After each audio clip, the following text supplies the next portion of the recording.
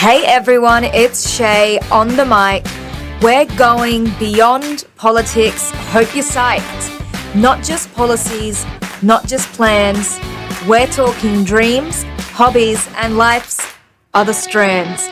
We'll meet the leaders behind the scenes, uncover the stories in between, the laughs, the quirks, the passions they hide, their personal moments, unfiltered and wide. Ready or not, let's get underway. This is Beyond Politics with Chay. Hey, it's Chay. Welcome to another episode of Beyond Politics with Chay, where we delve deep into the lives and personalities of some of our favourite elected leaders. Martin Zaiter joins us today with the Oz Arab Media team on another episode. Before stepping up into one of Australia's leading council roles, Martin enjoyed a very successful career in both corporate and political spheres. Before stepping up to contest the federal stage, Martin enjoyed a very successful career. However, it was public policy that ultimately kept his focus and his heart into politics. Despite fighting the Big Red offensive in Parramatta, Martin never lost hope and never abandoned the big blue cause in his hometown. Martin, hopefully I did that justice. Thank you so much for joining me today. Thank you, Chay. Very excited to be here with you today. Okay, let's get you off script. First three questions, icebreaker questions, starting with, what is one thing that people don't know about you? A lot of people don't know that I actually love gardening. Really? Growing up, yeah, my mum and dad had a flower shop at Westmead for over 2 decades. So I grew up in that kind of small business environment. But the one thing that I love to do at home after a long week is to just go get my hands dirty and work my vegetable gardens, my citrus trees. And many people don't know that, get a bit surprised. Fresh herbs? Do you have fresh herbs? I do. I've got parsley, I've got mint, I've got oregano. Parsley, makings of a great salad. Well, my mum rang me yesterday. She goes, I cut the parsley from your backyard. Do you want a tabbouleh on the weekend? So I said, yeah, mum, why not? As they do. Okay. What's one common compliment you receive? Ooh, there's a few, but I guess my passion, Parramatta, being born and bred in Parramatta, everyone does compliment me on. Very rarely do we see someone so passionate about where they're from. So it's something I do wear with a badge of honour. Very nice. Okay, a more creative question. And I often get some surprising responses. If you could introduce one feature to an iPhone or a smartphone, what would that be and why? No, my kids actually have asked me that before, funny enough. And currently playing a game with them online. And one feature is teleporting. How awesome would it be if you can teleport from here to home and bypass all of traffic? Wouldn't that be great? That would be absolutely amazing. Maybe something as well for some of the locals that we'll talk about a little bit later on. Fingers crossed with all these new links up off the road as well. I'm sure that's helped. Yeah. Thank you, Martin. Okay, let's talk about your childhood, where you grew up. I'm sure most people that know you will know this story already, but share with us more about your childhood. Born at Westmead Hospital and raised in Wigram Street, Harris Park, and that has changed dramatically over the last couple of decades. You now go to Wigram Street, Harris Park, and it's known as Little India. So one thing is, whenever I go there and I talk to the business owners or those that are eating, dining in Wigram Street, they want to welcome me as the Lord Mayor. I say, I'm going to welcome you because I was born and bred right up the road here near Rosalie Park. So yeah, that was my childhood. Look, spending time playing with friends in the park and catching the train to Westmead where my mum and dad had their flower shop. It was a 7-day business. So my childhood was pretty much spending time in the family business as well. Definitely those roots in a local business. Yes. What's one story that you can share that helps us understand what prompted you to enter a life in politics? Well, I love business studies at school. And funny story here, my teacher, Mr. Perry, his wife is Barbara Perry, former member for Auburn. And I think that was in 1999, it was a by-election. And based on my love of business studies and legal studies and whatnot, I kind of got interested into the politics side. And I heard about the campaigning there. and then learning in economics about all the tax changes that at the time Peter Costello and John Howard were bringing in, just brought a lot of that interest into politics and made me want to join at a young age. So you've got that feel in the local business, but also you've got the finance background, and I'm sure some people will find that riveting while others might. Absolutely. That shows a lot about the story and, you know, the direction that you're taking Parramatta. Yes. And one question that I know a lot of my guests don't like to answer, but I'm going to ask you anyway. What's one passion or talent that you harbour that would surprise people if they knew? Well, I'm not going to say I'm a cook because I can't, but I used to sing in the choir, believe it or not. So I went to Parramatta Marist and I was in the choir. And if any of my friends are listening, they're going to laugh. But, you know, I don't mind the odd chance to sing. And I'm not going to, let me tell you. Christmas party, definitely karaoke. We might call on some other mayors as well. Breakdancing as well. Used to love doing that. Breakdancing, karaoke. Okay, I've got a more holistic or fuller picture now, Martin. Yes, bit of fun, Martin. Definitely. Let's jump into our policy discussion. So cities or councils like Parramatta City Council are the closest form of government to people. We all know that. We all know how hard Parramatta has been working to ensure that it's future-proofing its city for the next generation. And a lot of times people do often comment on the decades of headspace that Parramatta has won and the innovation going on in its area. So kudos to you and the team, and obviously the former teams that have gone and done a great effort. However, some people often paint local councils as the villain in their story. I'm sure everybody has a story, from your neighbour down the street to mum and dad developers. Now, Martin, what is one thing you'd like to share with people listening and watching that would hopefully win them over? Parramatta is a city second to none. Very, very passionate about that. And having been born and bred and raised in Parramatta, we were very much known as a suburban town centre.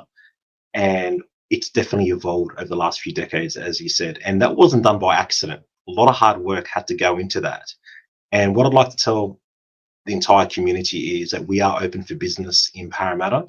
We are the multicultural melting pot and one of the most multicultural cities in the country. I'm very proud of that. I won't shy away from that at all. And we are an opportunity just waiting for everyone to come. So I welcome all newcomers and those that have visited us in the past to also come back, because we haven't come this far to just come this far. We have just so much more to do. Thank you for sharing. A lot of work has been done, but there's a lot more, and we'll surely see that next chapter unfold, both in media and obviously around us, as we see the city continue to make its way into the next chapter. Now, a tricky policy question that I'm sure a lot of developers will chuckle or maybe roll their eyes at you for. Now, Martin, there's often this tension between meeting state-level infrastructure goals and planning for things like housing supply, whilst maintaining local needs and local planning requirements. How are you leading this better in this next chapter for Parramatta? And what would be your advice to people that are thinking of developing or building in the area? As I said, Parramatta is definitely open for business. And last financial year, we were one of only 2 councils that actually met our housing targets. So I've got to commend the staff and the organisation on their hard work to ensure that we are working towards those housing targets. We had a housing target between 2021 and 2026 of 20-odd thousand homes. We actually exceeded that by 16%. And what that meant was we were now given a new housing target for the next 5 years. So at the 2024 year, midway through that first 5-year term, we smashed our target. The new target that we got in 2024 to 2029 is another 21,000 odd homes. We're above that by 9% as well. So we're doing a really good job. People don't actually understand how difficult things can be. housing supply is one thing, but you want to build a livable city. And Parramatta, as I said, is a city second to none. And what does that mean? You've got to make sure you've got the jobs on the ground. You've got to make sure you've got the right social infrastructure. You don't want people just moving into an area without having the right transport connectivity, the cultural, the entertainment precincts and whatnot. So we have reshaped Parramatta into a city. And whilst we would love to have additional housing, we've got to make sure that that social infrastructure is put into place first and foremost. Definitely a really interesting take on the issue. What do you think, on that note, is the biggest challenge for the two levels of government aligning the state need with the local planning? You've done this really well in Parramatta. There are some challenges, and you hear this all the time, but what's your take on the biggest challenge to make it a smooth process? Putting egos aside and being willing to negotiate and speak. Sometimes people need to understand that not one person is bigger than the organisation that they run or that they're in. Everyone's replaceable. And if you have that attitude and you put community first, you're always going to hopefully come to a decision that is going to benefit the majority. And that is what you need to do. You've got to put your ego aside, and you've got to understand that you are here to do a job, and that job is to make sure that you deliver for your community. Very well said, Martin.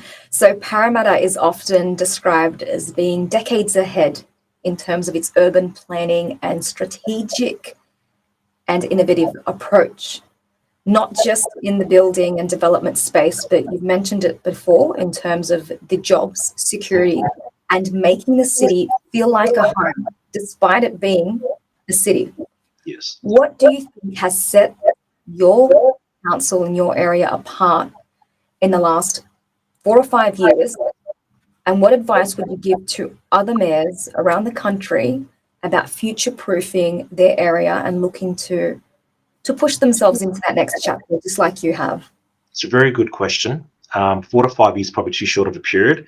There's been some planning here since the early 2000s, and it started with this vision of turning a suburban centre into that city. And we've been very lucky here we've taken some calculated risks. So some advice I would give to other mayors and other councillors is not everything is going to be perfect. There's going to be a rocky road. Parramatta Square is a perfect example. We had a plan in 2012 with Grocon, for example, a large developer, about developing Parramatta City Centre. That unfortunately fell apart not long after that was approved. And then in 2014-15, I believe, is when we were lucky enough to have Walker, who came to the council at that time before I joined council. And they said, we're willing to take on this project with one condition. You got to move your staff and move yourselves away from the chamber and the entire building, your library, tomorrow, if you want me to take on this project. And it was a very big calculated risk to do. Shifting the entire organisation. And looking back to that 10 years ago, it was the best move. Because what was I able to do? For those that haven't been to Parramatta Square, I urge you to please do come, because we have one of the best urban precincts in the country, if not in the world. You've got a wonderful community centre in 5 there, right behind our beautiful town hall. And that created 220,000 A-grade office space, which is now tenanted by some of the largest ASX 500 companies. So it's taken that calculated risk and being willing to back yourself, even in adversity, willing to back yourself and back your vision. Very ambitious and a lot of work. We called that out before. The focus, obviously, you've been 8 months in the job, but you've been in the area for a while. Yes. How long have you been serving on the Parramatta Council for? So I first was elected in 2017, served for nearly 4.5 years. I then took a 3-year break, and I decided to come back last year in September. And luckily enough, I got re-elected and was elected by the chamber to be the Lord Mayor in October. So very privileged, and I thank all my fellow councillors for providing me with that wonderful opportunity. And look, local government isn't just about urban planning. Some local government areas are more regional focused and have a lot to offer in terms of attracting local tourists. Yes. Are there any councils across Australia or even just across New South Wales that you admire? Look, I admire a lot of mayors. I think there's some wonderful work that has been done by other metropolitan mayors in New South Wales. But I would like to not mark it, but judge ourselves to what the City of Sydney is doing, being the major city in New South Wales, also Melbourne and Brisbane. I think we are the fourth largest city. And what I would like to be able to do is to place ourselves into that position when people come to New South Wales or come to Australia, the next stop off the plane that they go to is Parramatta. So that is my vision.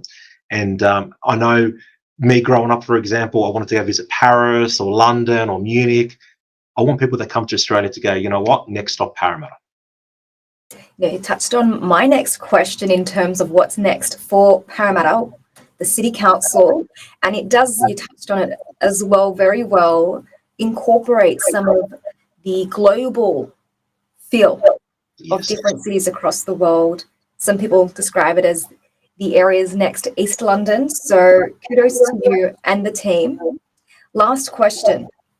Seeing as Parramatta has achieved so much, what would be your advice to other council leaders across the country so that they could better set up their future strategy, whatever that may be? Having that patience, you have to have patience, because in this job, you're going to be tested and challenged no matter what you do, where you go. You're not always going to have 100% support from the community. It's backing yourself and believing in yourself, and never accept no as an answer. And when you are told no, understand the reason why and come back and always work towards getting that support. Because if you believe that conviction of yours and that idea that you have, and you strongly think that that is the best thing for your community, don't walk away from it. Do everything within your power to try to make it come to fruition. Great advice. And people often undervalue the potential and contribution of local councils or government to the city's livability scale. So again, something for people to think about. It's not just the challenges of development, but really making your area, your local area, more livable.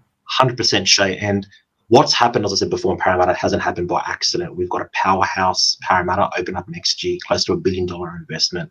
We've got a Riverside Theatre redevelopment that's hopefully going to come out of the ground in the next 6 months, which we're going to have a 1,500 Broadway seat theatre. We can bring world-class shows. You've got a world-class aquatic centre at PAC. You've got a world-class library community centre at 5. Wonderful Parramatta Square, buzzing East Street, Little India. You have all these wonderful things. Then you've got Combank Stadium for the entertainment and sporting facilities. These things don't happen by accident. They happen by planning. And just, as I said, just follow suit with what you want, and you're going to get a lot of pushback, but eventually it will happen, and we're living proof of that. Thank you for sharing, Martin. Let's get to the next question. So what's next for Parramatta? Obviously, it's global feel, the city vibe. In this next chapter, what do you hope and what are your ambitions for the city? Well, we recently adopted a 2050 strategy for Parramatta, and key to that is becoming that global city that we know we will be, and we're pretty much there. And what does that entail? That entails the opening of Powerhouse Parramatta. That entails a new redeveloped Riverside Theatres. That entails a connectivity between Parramatta Square and Powerhouse Parramatta on the river through our civic link. That entails a population growing from the 270,000 that it is now to close to 500,000. And that also does entail an extra 150,000 new jobs right here in the Parramatta LGA. So all those things coming together with that connectivity from a transport perspective through Sydney Metro, through Parramatta Light Rail, through our ferry, through our heavy rail, that is all what provides you with the ingredients to be that global city. And one thing that I do hope that does happen is that we get the extension of Sydney Metro West from Westmead to the airport. That will be a game changer. It'll open up Parramatta to the world, essentially. All those international, interstate tourists flying into Western Sydney, being just one stop away from Parramatta. I think that is what will be magic. You heard it here first. and obviously very ambitious but very realistic next chapter for the city or the city council. So, Martin, I'm going to bring you back out of this policy discussion and get straight back into something a bit more personal, closing off with our rapid fire section. Yes. Five quick questions. First thing that comes to mind, starting with your favorite film. Gladiator. Why? I just love that battle, that sense of being the underdog and the last person standing. I loved it watching it. I think it was in the late 90s. It's just something that stuck through. Definitely. Okay, and favorite song now? Well, growing up, Bud Dick from Tony Q1 in 1995. You have to give us a little more context, especially for those that probably don't know the translation. Maybe a memory as well. It was my first trip to Lebanon, actually. I think it was in 1996, I think it was. And being there in the summer, I think it was one of the number one songs at the time. And it was my first real experience with modern Lebanese music. Before that, I was in love with Fairuz and Habika Lebanon. So that was love of Lebanon. But Badik is a song that stuck to me. What do you want? Essentially, it's what it means. What do you want? But looking at more current music now, with what I look at with my kids, you've got Houdini, you've got The Business. But yeah, I love music. Great insight from your favorite film, favorite song. For those of you that don't know, a lot of those songs that Martin listed, Lebanese songs are, I think, a staple for any Lebanese family around the world. So that was the reason why I decided to chuckle, because I know a lot of us grew up with those same songs. Okay, favorite meal, Martin? Look, Gabinea for my mum, absolutely love it. But my wife does a beautiful lasagna. So one of those two. Nice. Okay. Favorite cafe? It could be in Parramatta, probably will be, or anywhere around the world. Chay, I'm going to answer this question a bit more diplomatically. It's like you ask me which one of my three children is my favorite. So I would like to say any restaurant or cafe in Parramatta. I think I get the diplomacy behind that. A lot of cafe owners will be very okay with that answer, I think. Yes. Okay, last book you've read? It's been a while, to be honest, other than some political biographies. I love the Tomorrow When the War Began series. I think it was a series of 7 books, and it's been a while since I read it, probably 20-odd years ago. But again, I love that story. Thank you for sharing a very nice insight into your life, your personality, and your passions, along with your future proofing strategy for Parramatta and your love for the growing city. Now, before we finish and close, I'd like to ask you, Martin, is there a personal mantra that you'd like to share with our viewers that would perhaps give that other depth of insight into who you are and how you've approached your career?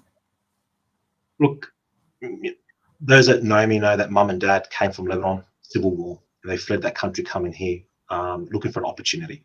And I'm very grateful that they took that chance and came and settled in Parramatta.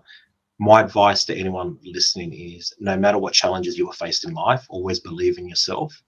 And dreams do come true, but they don't come without hard work. So always believe in what you want and work hard towards it, because I know that I'm living proof that dreams do come true.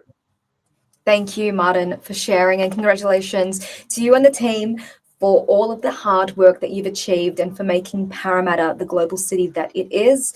For those watching, please don't forget to like and share this episode. And I'm going to end by handing over to Martin, who'll share the best way for you to get in contact with him and the team after this episode. Martin, over to you.